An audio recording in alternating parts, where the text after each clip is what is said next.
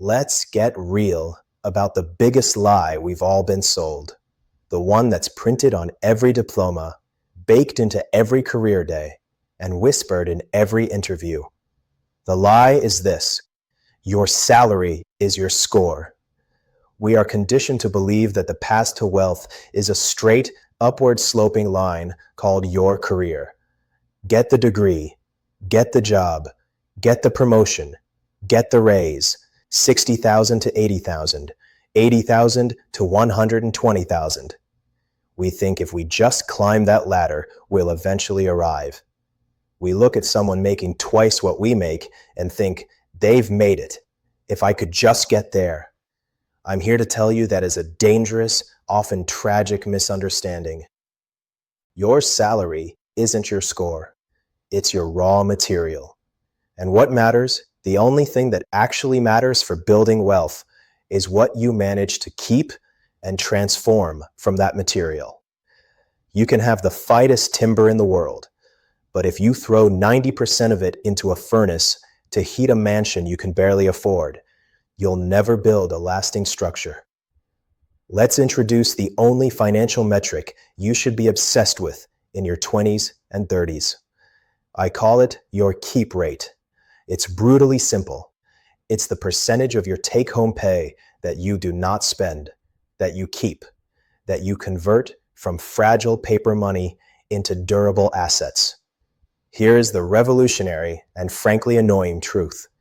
A person bringing home $50,000 a year with a 40% keep rate is building wealth faster than someone bringing home $150,000 with a 10% keep rate.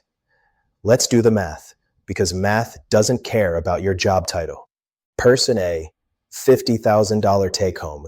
They live on $30,000. They keep and invest $20,000 a year. Their lifestyle is modest, intentional. Person B, $150,000 take home. They live on $135,000. They keep and invest $15,000 a year. Their lifestyle is impressive, expansive. In this scenario, who is getting richer? Not the person with the bigger number on their offer letter. Person A, on half the salary, is building a larger asset base every single year. Their money is working harder because there's simply more of it in the arena. While person B is running on a faster treadmill, buying a more expensive lifestyle to match their status, person A is quietly, methodically buying their future freedom. This is the engine of real wealth. It's not your income, it's your gap, the space between what you earn and what you spend. That gap is your financial engine. The salary is just the fuel tank. You can have a massive fuel tank, but if your engine is tiny and inefficient, you're not going anywhere. You're just carrying around a lot of expensive, flammable liquid. The tragedy, and I see this all the time, is the high-earning prisoner. The person making $80,000, $100,000, $150,000 a year, who is just as stressed, just as paycheck to paycheck, just as trapped as they were making $40,000. Why? Because their lifestyle inflated to meet and then exceed every single raise. The nicer apartment felt deserved. The leased luxury car felt like a reward. The constant vacations felt necessary to unwind from the stressful job that funds it all. They upgraded their life, but they forgot to upgrade their future. They are rich in appearance and poor in options. Your mission, therefore, is not just to grow your income. Your primary mission is to grow your keep rate, to defend that gap with your life, because that gap is your freedom. Every dollar in that gap is a future employee working for you.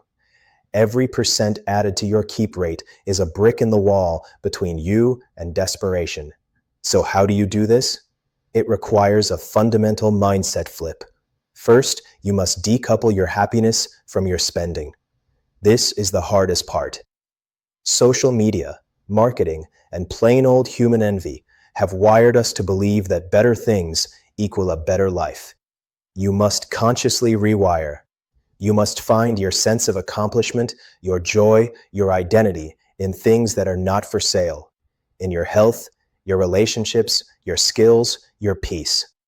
The guy in the 10-year-old Corolla who invests $2,000 a month is not a loser. He is a strategist playing a different, longer game. Second, you must automate your keep rate. You don't get rich from what's left over at the end of the month. You get rich by paying your future self first. The single most important financial action you can take is this. Set up an automatic transfer that moves your target keep percentage out of your checking account and into your investment account the day after you get paid. Make it invisible. Make it non-negotiable. You learn to live on what remains. This is how you hack your own psychology. Third, you must play keep rate with every raise. You get a $5,000 a year raise? Fantastic. Your lifestyle gets a $1,000 raise, maybe. The other $4,000, that gets automatically added to your keep transfer. Your lifestyle grows slowly, gracefully. Your asset base explodes. This is how you avoid the golden handcuffs. This is how you turn a higher income into actual wealth, not just a more expensive hamster wheel. This changes everything. When your security comes from the assets you own, not the salary you earn, you walk through the world differently. You have career courage. You can take an interesting risk. You can leave a toxic job. You can negotiate from a place of strength, not fear, because you are not a hostage to your next paycheck. You are funded by your own private army of dollar bills you deployed years ago.